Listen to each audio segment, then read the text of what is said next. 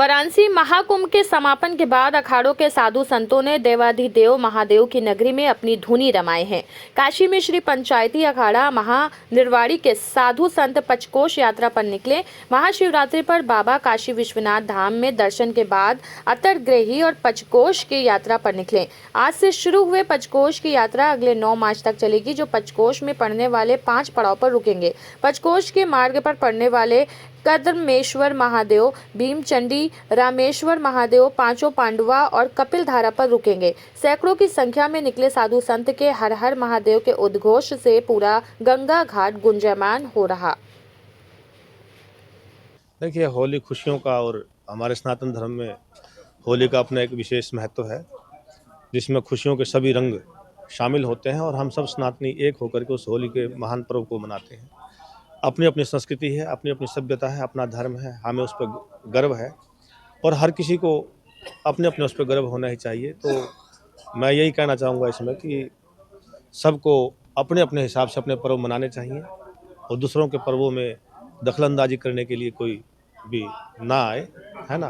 क्योंकि किसी की मान्यता ही नहीं है तो वो क्यों आएगा, है ना? हमारी मान्यता है, हमारी मान्यताओं में अनावश्यक हस्तक्षेप ना हो और इसका यही है कि शुभकामनाएं सबके लिए होती हैं।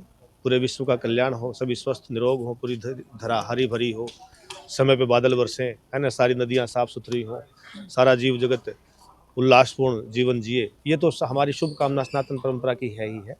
लेकिन कुछ दूषित भावना से अगर कोई इसके बीच में आने की वो करता है तो उनके लिए ये कहा गया है कि बिल्कुल ना आए, क्योंकि आपकी मान्यता नहीं है और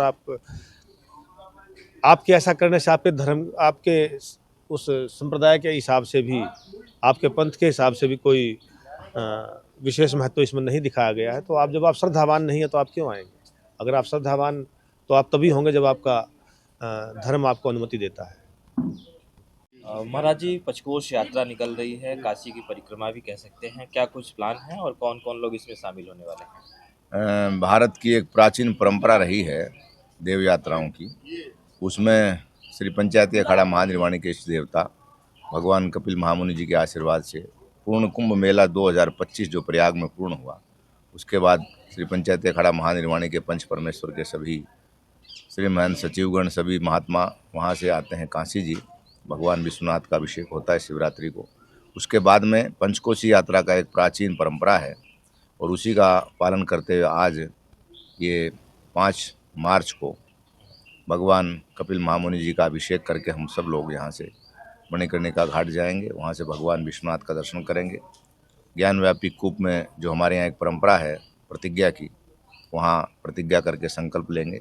उसके बाद यात्रा प्रारंभ होगा और ये पूरा 5 दिन जो वैदिक परंपरा के अनुसार प्रावधान है, उसी के तहत में सन्यासियों का एक अपना पूरा समूह इसमें सभी लोग जाएंगे और लगभग सभी संत जो है वो पैदल ही यात्रा करेंगे।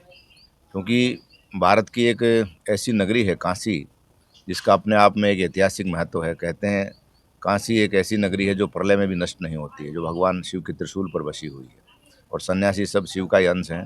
तो इसलिए आपके इस चैनल के माध्यम से जितने भी काशी के वासी हैं या उत्तर प्रदेश के निवासी हैं, सभी लोगों को श्री पंचायती अखाड़ा महानिर्वाणी की ओर से बहुत बहुत शुभकामनाएं, बधाई और आप सब लोगों की भावनाएं हम सब लोगों के साथ जुड़ी रहें। हमारी यात्रा सकुशल संपन्न हो, क्योंकि ये एक ऐसी यात्रा है, क्योंकि प्राचीन परंपरा में हमारे यहाँ जो देव यात्राएँ होती, जैसे 4 धाम बद्रीनाथ, केदारनाथ आदि की, तो वो भी सब लोग पहले पैदल ही जाते थे। क्योंकि आज का जो समय है, भौतिक जीवन के इस चकाचौंध में मनुष्य के पास समय ही नहीं है देव यात्राएँ करने का। लेकिन फिर भी ऋषियों की इस परंपरा को श्री पंचायती अखाड़ा महानिर्वाणी ने जीवित रखा है और इसी का पालन किया जा रहा है।